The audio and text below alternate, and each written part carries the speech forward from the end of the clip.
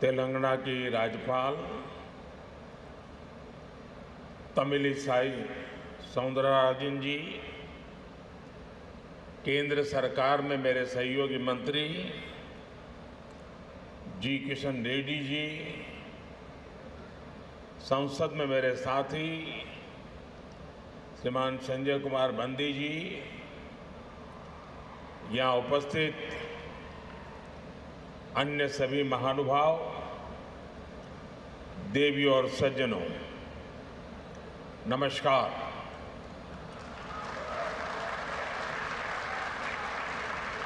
देश में त्योहारों का मौसम शुरू हो गया है। संसद में नारी शक्ति वंदन अधिनियम को पास कराकर हमने नवरात्र से पहले ही शक्ति पूजा के भाव को स्थापित कर दिया है। आज तेलंगाना में कई महत्वपूर्ण परियोजनाओं का शिलान्यास और लोकार्पण हुआ है। इससे यहां उत्सव का रंग और खिल उठा है। मैं तेलंगाना के लोगों को 13,500 करोड़ रुपए की 13,500 करोड़ रुपए की योजनाएं, अलग अलग परियोजनाएं, इसके लिए मैं आप सबको बहुत बहुत बधाई देता हूं।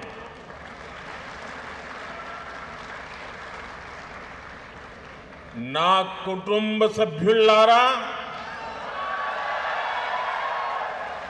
मुझे खुशी है कि आज मैंने कई ऐसे रोड कनेक्टिविटी प्रोजेक्ट का शिलान्यास और लोकार्पण किया है जिससे यहां के लोगों के जीवन में बहुत बड़े बदलाव आएंगे।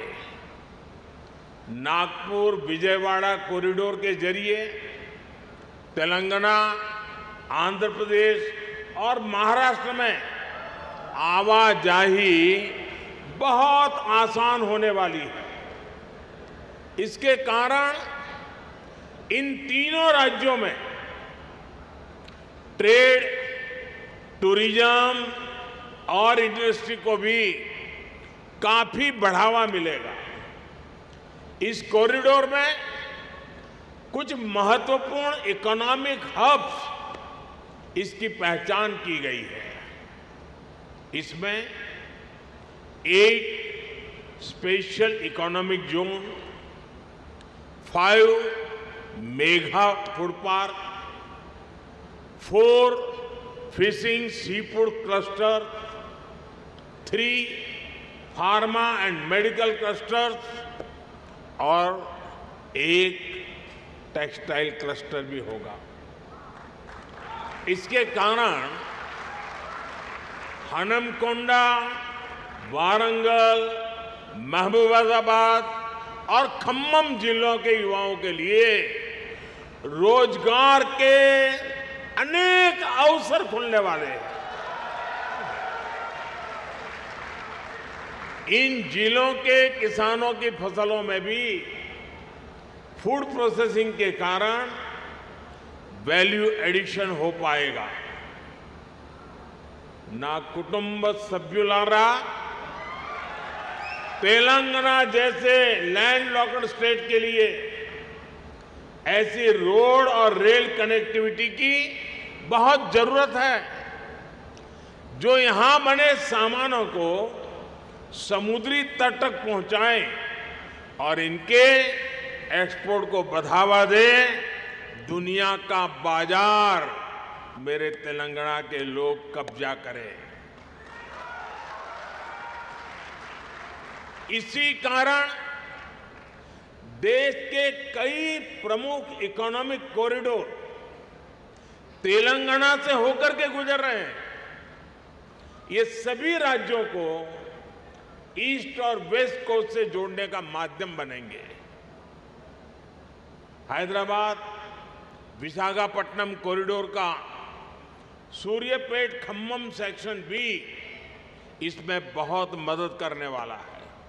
इसके कारण ईस्ट कोस्ट तक पहुंचने में मदद मिलेगी, साथ ही इंडस्ट्रीज और बिजनेस के लॉजिस्टिक कॉस्ट में बहुत कमी आएगी। जकलेर और कृष्णा सेक्शन के बीच बन रही रेलवे लाइन भी यहां के लोगों के लिए काफी महत्वपूर्ण होगी।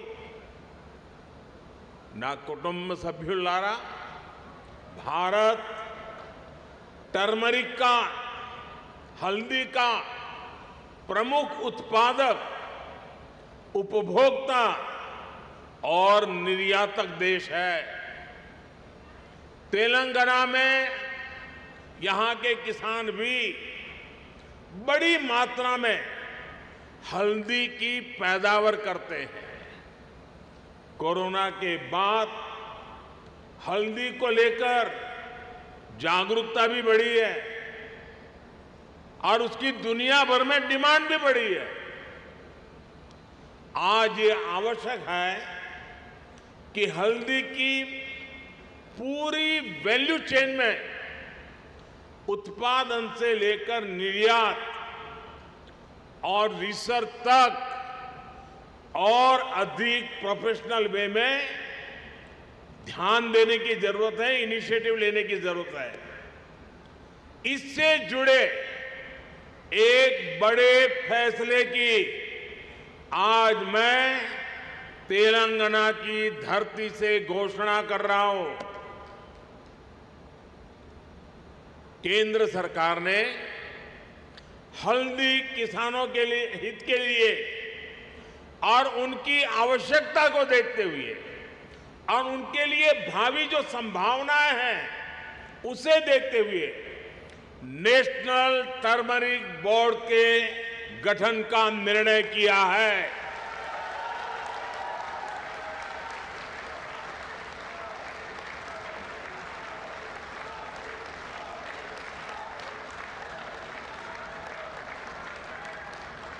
National turmeric board supply chain में वैल्यू एडिशन से लेकर इंफ्रास्ट्रक्चर के कार्यों तक किसानों की मदद करेगा। मैं तेलंगाना और देश के सभी हल्दी पैदा करने वाले किसानों को नेशनल टर्मरिक बोर्ड की उसके गठन के लिए बहुत बहुत बधाई देता हूं।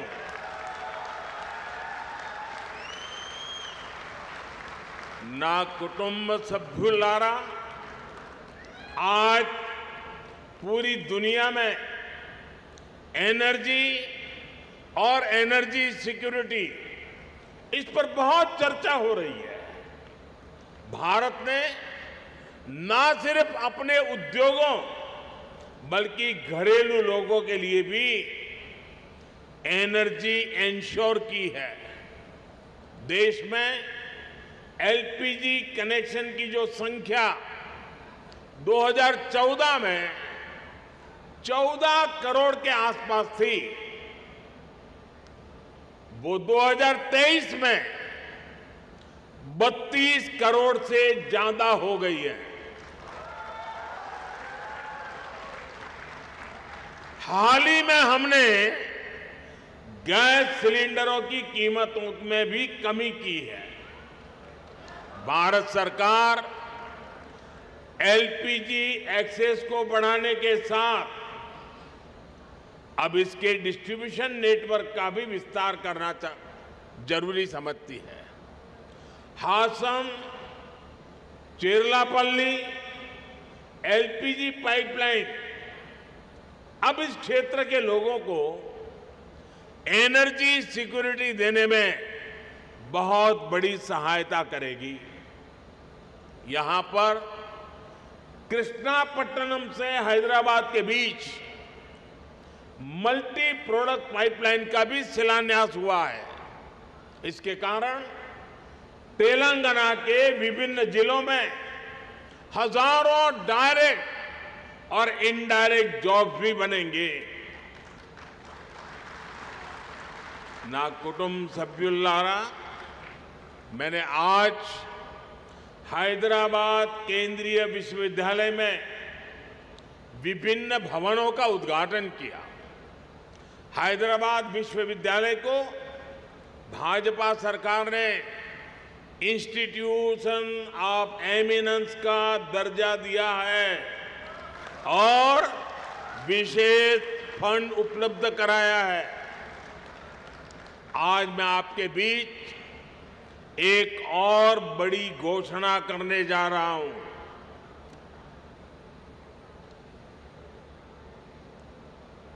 भारत सरकार मुलुगु जिले में एक सेंट्रल ट्राइबल यूनिवर्सिटी की स्थापना करने जा रहा है।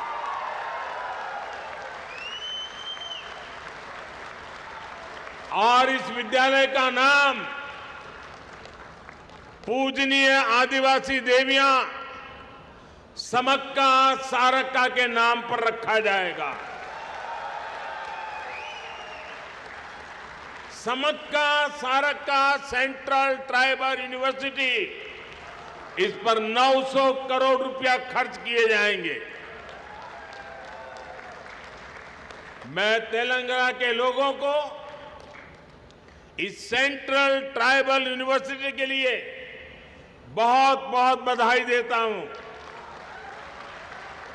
एक बार फिर तेलंगाना के लोगों को उनके प्रेम और स्नेह के लिए मैं बहुत बहुत धन्यवाद देता हूं। अभी तो मैं सरकारी कार्यक्रम में हूं, तो मैंने अपने आप को वहीं पर सीमित रखा है। अब 10 मिनट के बाद मैं जरा खुले मैदान में जाऊंगा।